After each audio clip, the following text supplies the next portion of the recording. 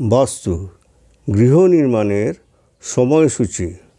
নমস্কার বন্ধুগণ, আশা করি ঈশ্বরের কৃপায় আপনারা সবাই ভালোই আছেন। আমি রামপ্রসাদ ব্যানার্জি কলকাতা থেকে বলছি। আজ আমি বাস্তুশাস্ত্র অনুযায়ী গৃহ নির্মাণের পালনীয় নিয়মগুলির বিষয়ে আলোচনা করব।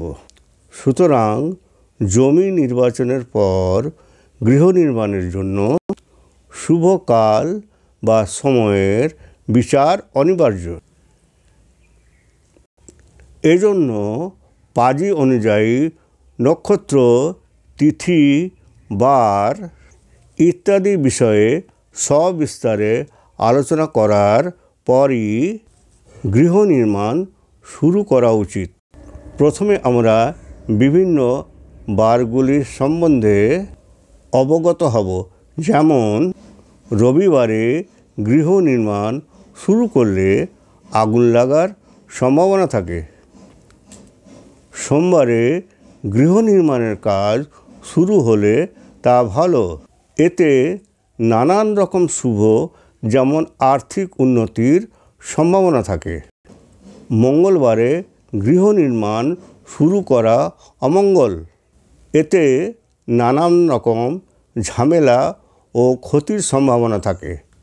বুধ, বৃহস্পতি, শুক্র এই দিনগুলির মধ্যে যে কোনো দিনই গৃহ নির্মাণ শুরু করা যেতে পারে, তবে শুভ মুহূর্তটি পাঁজি দেখে গৃহ নির্মাণের কাজ শুরু করা উচিত।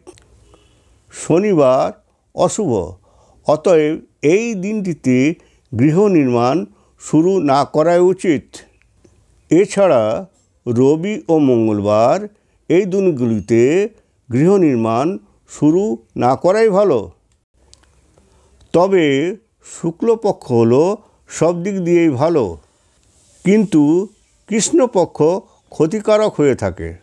এরপর আমরা গৃহ নির্মাণের মাসফল, যোগফল ও নক্ষত্রাদি ফল সম্বন্ধে অবগত হব।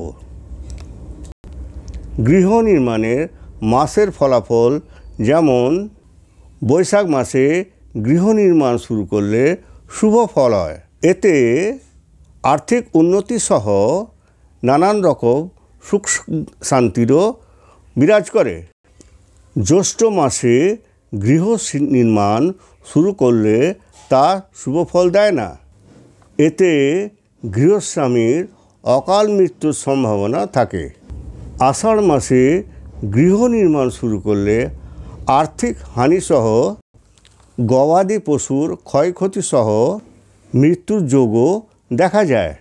শ্রাবণ মাসে গৃহ নির্মাণ শুরু করা উচিত নয়, কারণ এক্ষেত্রে গৃহস্থের ভিতর কোনো একজনের অকাল মৃত্যু হবার সম্ভাবনা থাকে।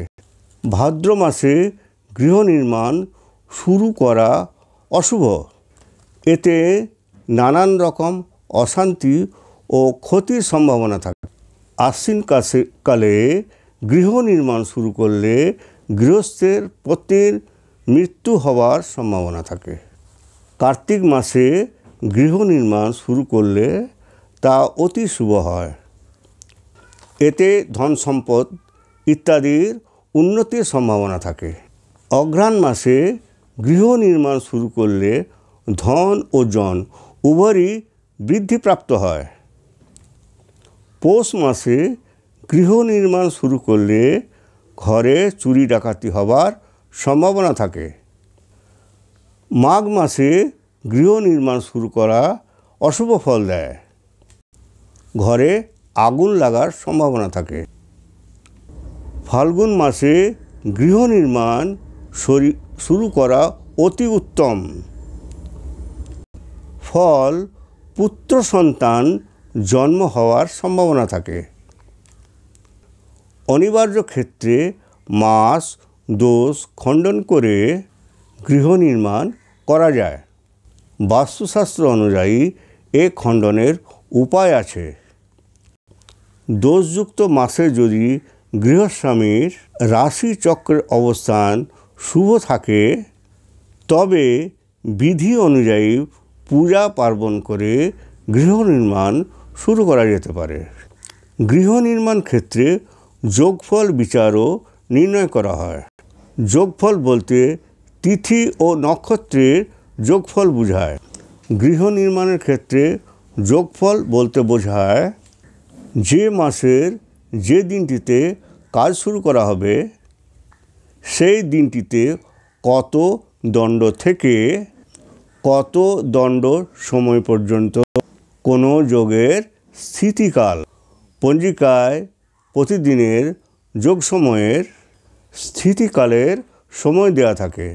সুতরাং নির্দিষ্ট দিনে যোগের স্থিতিকাল, সময়, পক্ষ, বার ইত্যাদি সব কিছু নির্ণয় করার পরই গৃহ নির্মাণের কাজ শুরু করা যেতে পারে।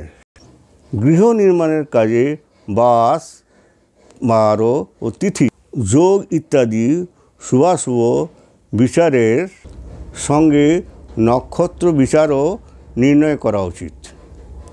গৃহ নির্মাণকালের নক্ষত্রটি যদি পাপযুক্ত হয় বা ঋষ্টিযুক্ত বা তিথিযুক্ত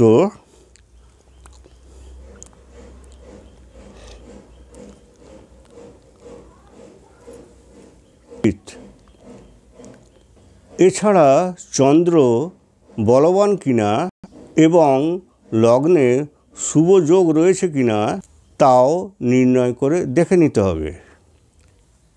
এইভাবে উপরোক্ত নিয়মগুলি ঠিকঠাক হওয়ার পরে গৃহ নির্মাণ শুরু করা উচিত।